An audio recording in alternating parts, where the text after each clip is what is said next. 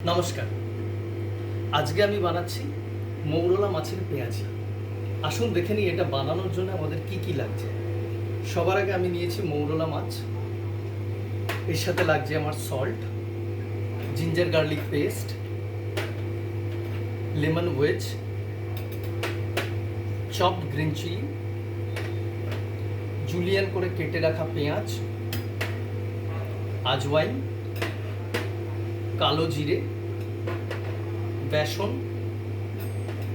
ময়দা, চালের গুঁড়ো, কাঁচা ডিম, হলুদ গুঁড়ো এবং ধনেপাতা কুচি। সবার আগে আমি মাছটাকে ম্যারিনেট করব। ফার্স্ট ম্যারিনেশনের জন্য মৌরলা মাছটা এটা আমি একটা বড় বোলে নিয়ে নিলাম। এবার এর মধ্যে আমি দেব সামান্য পরিমাণ মতো salt, 1 teaspoon ginger garlic paste, একটু লেমন জুস, সামান্য হাফ টিস্পুন মতো গ্রিন চিলি চপ। এবার মৌরলা মাছটাকে ভালো করে মিলিয়ে নেব।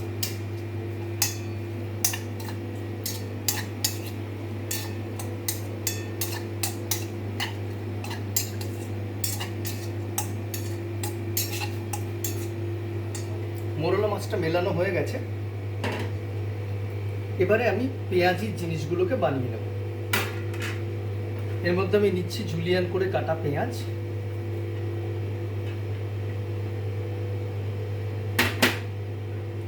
তার মধ্যে আমি দেবো একটুখানি আজওয়াইন, মোটামুটি হাফ টিস্পুন কালো জিরে,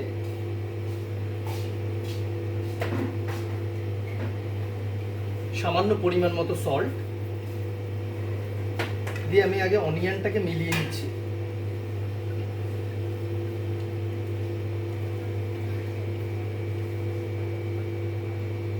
এটা যদি বাড়িতে আপনারা কখনো অনিয়নটাকে মিলিয়ে দিয়ে কোনো কাজে বিজি হয়ে যান, 5-10 মিনিট যদি এইভাবে ম্যারিনেট করে রাখা থাকে, দেখবেন অনিয়নটা জল ছেড়েছে। সেক্ষেত্রে অসুবিধার কোনো কারণ নেই। অনিয়নটাকে ভালো করে স্কুইজ করে নেবেন, নিয়ে জলটা ফেলে দেবেন, দিয়ে এই অনিয়নটাই আপনারা আবার ইউজ করতে পারবেন। এবারে আমি এর মধ্যে দেব বাইন্ডিংয়ের জন্য 1 টিস্পুন বেসন, 1.5 টিস্পুন বেসন আমি ইউজ করছি। সেম কোয়ান্টিটিতে দেব ময়দা, 1.5 টিস্পুন। সেম কোয়ান্টিটিতে চালের গুঁড়ো, 1.5 টিস্পুন। এর মধ্যে আমি দিয়ে দেব কাঁচা ডিম।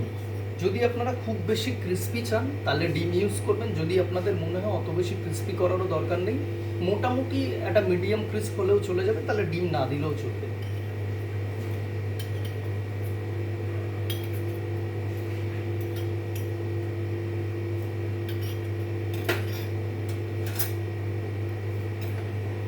এতে আমি দেবো সামান্য একটুখানি হলুদ গুঁড়ো।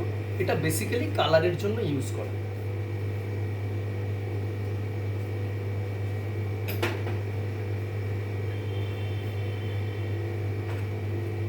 ধনেপাতা কুচি 2 টিস্পুন মতো ধনেপাতা কুচি দিয়ে দিলাম। আর ওই হাফ টিস্পুন মতো আমি দেবো কাঁচা লঙ্কা কুচি। এবারে ম্যারিনেট করে রাখা মাছটা আমি এখানে দিয়ে দিচ্ছি।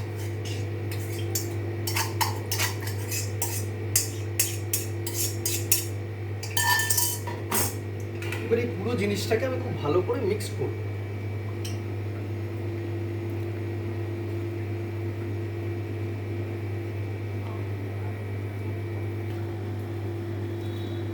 এটা মাখাটা হয়ে গেছে। আমি আগেই তেল গরম করতে দিয়েছিলাম।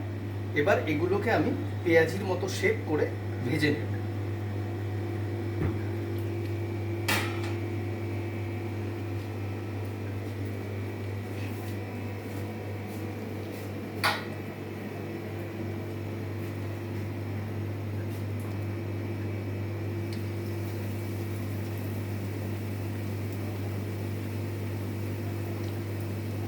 আপনারা চাইলে এটাকে আগে গোল বলের মতো করে ফ্রাই করে হাফ ডান করে তুলে নিয়ে তারপরে আবার হাত দিয়ে চেপে ফ্ল্যাটও করে দিতে পারেন।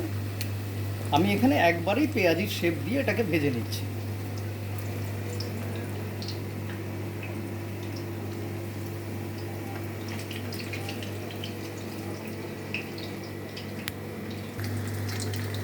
এটা মোটামুটি ভাজা হয়ে গেছে এক সাইড, এবার এটাকে আমি পাল্টি করে দিলাম।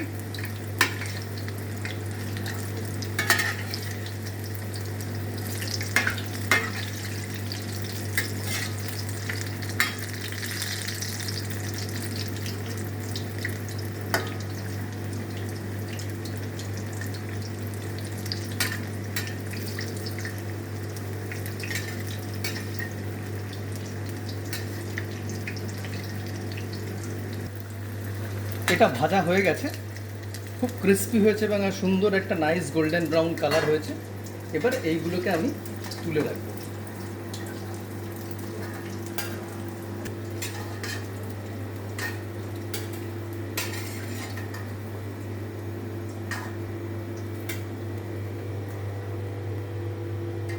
আপনারা চাইলে এগুলোকে হাফ ডান করে তুলে নিয়ে এরকম শেপ যখন হাফ ডান করে তুলবেন, ভালো করে একবার হাত দিয়ে প্রেস করে আরও ফ্ল্যাট করে আর একবার ফুল ফ্রাই করতে পারেন, বাট সেটা না করলেও চলবে।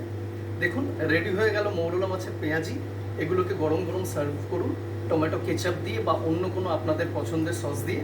আর নিশ্চয়ই আপনারা এটা বাড়িতে বানাবেন আর বানিয়ে দেখবেন আপনাদের কেমন লাগলো। ভালো লাগলে বা যদি খারাপও লেগে থাকে তাহলে অবশ্যই লিখে জানাবেন আমাদের নিচে দেওয়া কমেন্টস বক্সে। আপনাদের সাজেশন অনেক বেশি জরুরি আমাদের জন্য। ভালো থাকবেন, আবার দেখা হবে অন্য কোনো দিন অন্য কোনো রেসিপি। নমস্কার।